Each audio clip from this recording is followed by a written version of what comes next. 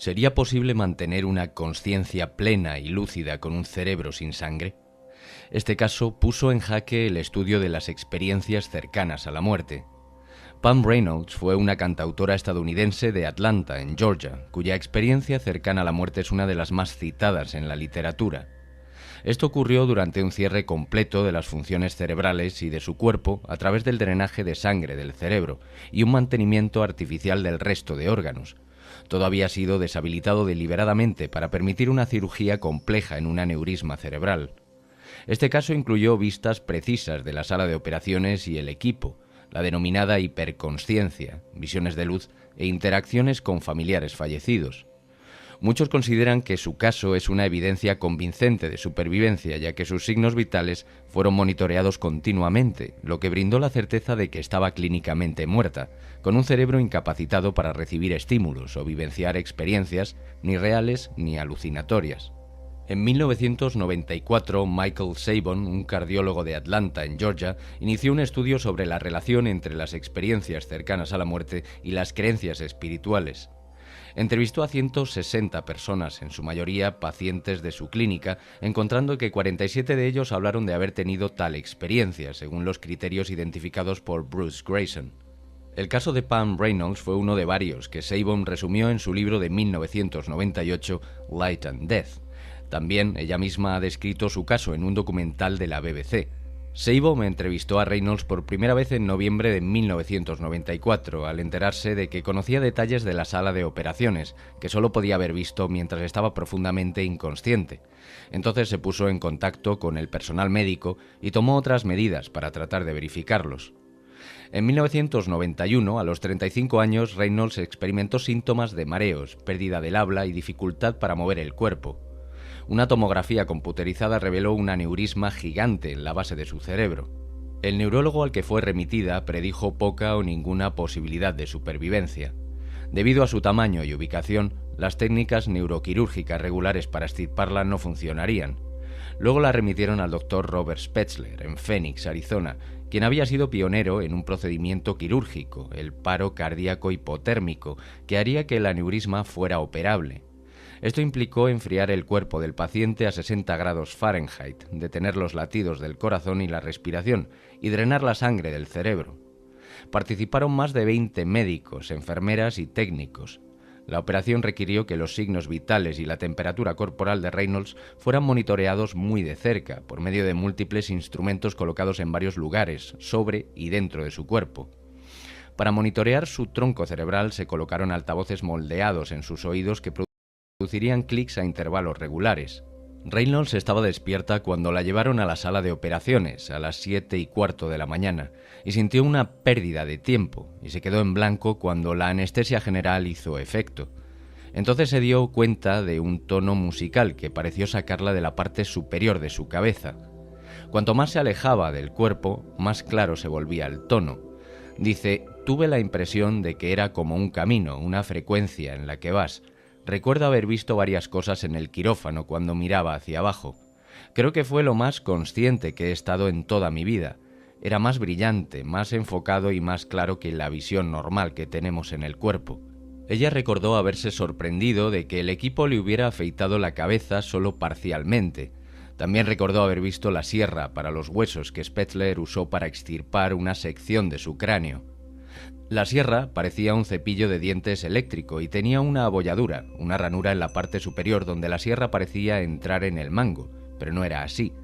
Y la sierra también tenía hojas intercambiables, pero estas hojas estaban en lo que parecía un estuche de llave de tubo. Ella dice: oí que la sierra se ponía en marcha. Encontré este sonido desagradable. Alguien dijo algo acerca de que mis venas y arterias eran muy pequeñas. Agregó que era una voz femenina. En esta etapa de la operación, una cirujana cardíaca, después de determinar que las arterias de la pierna derecha de Reynolds eran demasiado pequeñas para manejar el grado de flujo sanguíneo requerido, también abrió su pierna izquierda. Spetzler evaluó el aneurisma y ordenó la realización de un paro cardíaco hipotérmico. Comenzando a las 10:50 de la mañana, se extrajo sangre a través de tubos de las arterias y venas femorales, se enfrió en cilindros de reserva y se devolvió a su cuerpo. A medida que la temperatura central de Reynolds caía, los latidos de su corazón se convirtieron en fibrilación y luego se detuvieron por completo. Sus ondas cerebrales se aplanaron. Luego, cuando su temperatura central alcanzó los 60 grados Fahrenheit, el tronco cerebral se apagó.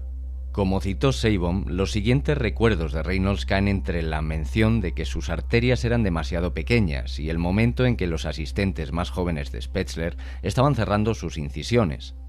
Había una sensación como si tiraran de ella hacia fuera del cuerpo, pero no en contra de su voluntad, más bien como si fuera una ayuda. Ella misma describe: me iba por voluntad propia, porque me quería liberar. Tengo diferentes metáforas para tratar de explicar esto. Era como el mago de Oz, estar atrapado en un vórtice de tornado, solo que no estás dando vueltas como si tuvieras vértigo. Estás muy concentrada y tienes un lugar a donde ir. La sensación era como subir en un ascensor muy rápido, y había una sensación, pero no era una sensación física corporal. Era como un túnel, pero no exactamente un túnel. En algún momento muy temprano en el vórtice del túnel me di cuenta de que mi abuela me llamaba, pero no la escuché llamarme con mis oídos. Fue un oído más claro que con mis oídos. Confío en ese sentido más de lo que confío en mis propios oídos, era demasiado claro. La sensación era como si quisiese que fuera hacia ella. Así que continué sin miedo por aquella especie de pozo. Era como un pozo oscuro por el que pasé, y al final había un pequeño punto de luz que se hacía cada vez más grande. La luz era increíblemente brillante, como estar sentado en medio de una bombilla. Era tan brillante que me llevé las manos a la cara esperando verlos y no pude. Pero sabía que estaba allí, no por el sentido del tacto. Una vez más, es terriblemente difícil de explicar, pero sabía lo que había. Me di cuenta de que cuando comencé a distinguir diferentes figuras en la luz, todas estaban cubiertas de ella. Eran luz y la luz los impregnaba por todas partes. Comenzaron a formar unas formas que pude reconocer y comprender en ese momento. Pude ver que uno de ellos era mi abuela. No sé si era realidad o proyección, pero reconocería a mi abuela, el sonido de ella, en cualquier momento y en cualquier lugar. Todo lo que vi, mirando hacia atrás, encajaba perfectamente en mi comprensión de cómo se veía esa persona en su mejor momento durante la vida. Reconocí a mucha gente allí. Mi tío Jean estaba, también mi bisabuela, Maggie. Ellos estaban como cuidando de mí, y no me permitían ir más lejos. Me fue comunicado, por decirlo de alguna manera, porque ellos no hablaban como hablamos en la Tierra. Me comunicaron que si yo continuaba todo ese camino hacia la luz, algo malo sucedería. Físicamente ya no podría volver. Serían incapaces de volver a poner este yo en mi cuerpo, como si hubiera ido demasiado lejos y no pudieran volver a conectarse. Entonces no me dejaban ir a ningún lado ni hacer nada.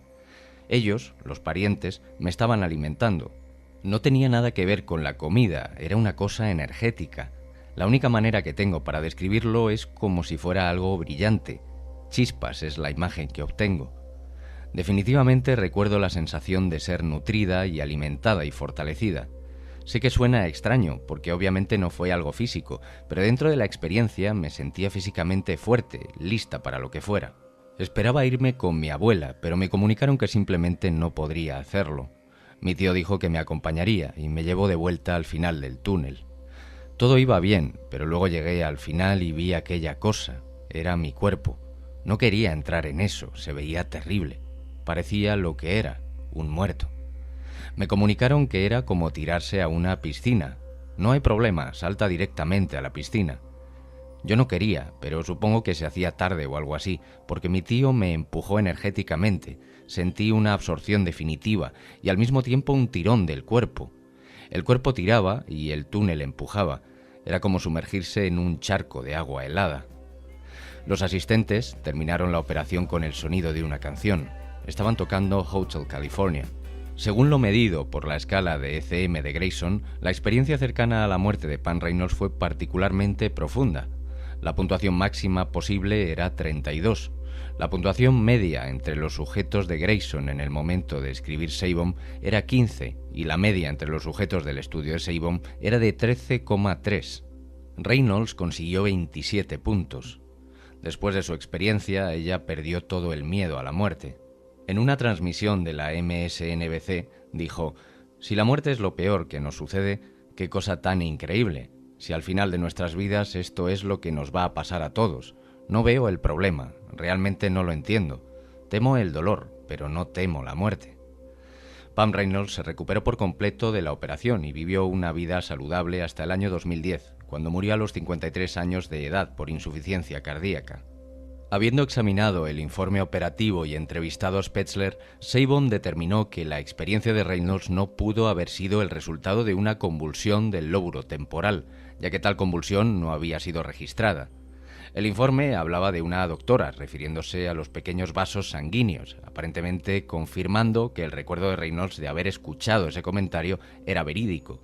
Esto es significativo, ya que en ese momento sus oídos estaban tapados por los altavoces moldeados que generaban fuertes clics. Seebohm también se enteró de que el comentario se hizo aproximadamente al mismo tiempo que la sierra comenzó a funcionar. Seebohm no estaba familiarizado con la sierra para los huesos utilizada en la operación y no estaba en condiciones de confirmar la descripción de Reynolds de que se asemejaba a un cepillo de dientes eléctrico y que su estuche se asemejaba a un estuche de llave de tubo, así que se puso en contacto con el fabricante, quien le envió fotos de ambos, y efectivamente las similitudes eran evidentes. El filósofo Keith Augustine argumenta que el recuerdo visual de Reynolds de la sierra para estructuras óseas es confuso en un punto y por lo tanto probablemente incorrecto. Él sugiere que ella podría haber adivinado cómo se veía por experiencia propia con taladros dentales u otras herramientas. Postula que su experiencia fuera del cuerpo comenzó y terminó antes de que comenzara el periodo de paro cardíaco y, por lo tanto, aún podría haber estado ligeramente consciente y capaz de percibir físicamente aspectos de la sala de operaciones. Argumenta igualmente que sus recuerdos podrían haberse contaminado con el conocimiento de tales detalles adquiridos durante los 3 años que transcurrieron entre la experiencia y su primera entrevista con Seebohm. Seebohm responde que si bien Augustine tiene razón en cuanto al momento en el que comenzó la experiencia extracorpórea, cuando se puso en marcha la sierra, la propia Reynolds identificó su conclusión como el cierre de la operación por parte de los asistentes durante la reproducción de la canción Hotel California, confirmando que estaba en marcha durante el tiempo del paro cardíaco. Con respecto al punto sobre su recuerdo supuestamente confuso de la sierra, el parapsicólogo Charles Tart responde que un error menor al recordar un instrumento desconocido no es suficiente para descartar un recuerdo de haberlo visto como si nunca hubiera ocurrido. Con respecto al retraso de los 3 años, Tart apunta a la evidencia estadística de que los recuerdos de las ECM tienden a permanecer constantes a lo largo del tiempo, al contrario de la difuminación y variación de los recuerdos corrientes. El relato que dio Reynolds en su entrevista final sugiere que las primeras verificaciones de sus recuerdos extracorpóreos las proporcionó el personal médico muy poco tiempo después. Reynolds dice: «Pensé que todo fueron de alguna manera alucinaciones muy intensas y cuando hablé con mi familia y con mi esposo estábamos bromeando acerca de ello. Eso hizo reír a todos, a excepción de las enfermeras, el médico, el anestesiólogo y los neurofisiólogos. Parecía que no les hacía gracia y apenas se atrevían a mirarme. De hecho, sabían que no estaba alucinando y que esto había ocurrido. Nunca habían oído hablar de tales cosas antes. Pensé que tal vez era mi imaginación y tuve un sueño, pero me dijeron que no era así y que lo que vi realmente sucedió». Los doctores señalaron que no comprendían cómo algo de ese estilo podría ser posible. Spetzler lo confirma tal como se cita en la MSNBC. Dice: «Lo que relató tan rápidamente después de la cirugía fue extremadamente preciso en cuanto a muchos detalles concretos que realmente ocurrieron durante la cirugía. Y entonces, ¿cómo podía tener acceso a ellos?». Como apunte final, este caso brinda igualmente una perspectiva más clara con respecto al hecho de que no todas las personas en estado de muerte clínica vivencian una experiencia cercana a la muerte. La descripción de la salida extracorpórea por parte de Reynolds habla de un proceso, casi como si se tratara de una especie de parto. La aparición de la consciencia extracorpórea no parece ser algo abrupto, sino que aparece tras un periodo de inconsciencia en el que un cuerpo se encuentra en un estado realmente comprometido, generando con ello la posibilidad, pero no la seguridad, de un proceso de expulsión consciencial hacia afuera.